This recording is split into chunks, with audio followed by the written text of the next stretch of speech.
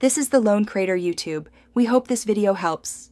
You start by verifying the exact taxi boss version the Brabus G-6X6 requires, because mismatched patches break vehicles.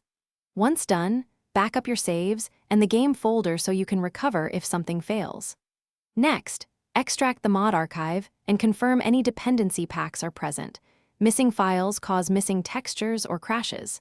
Make sure file names match the mod instructions to avoid conflicts, and keep the mod folder organized for the next installation steps.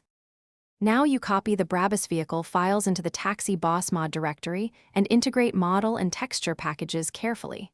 Once placed, open the game's manifest or spawn list and add the vehicle entry using the exact model identifier. This makes the engine recognize it. If a duplicate name exists, rename the new files with a safe suffix and update the manifest to match, because conflicts will silently prevent spawning. Finally, verify file permissions so the game can read those assets. You finish by launching Taxi Boss in mod-friendly mode and spawning the Brabus G-6X6 through the console or the mod spawn menu. This confirms integration.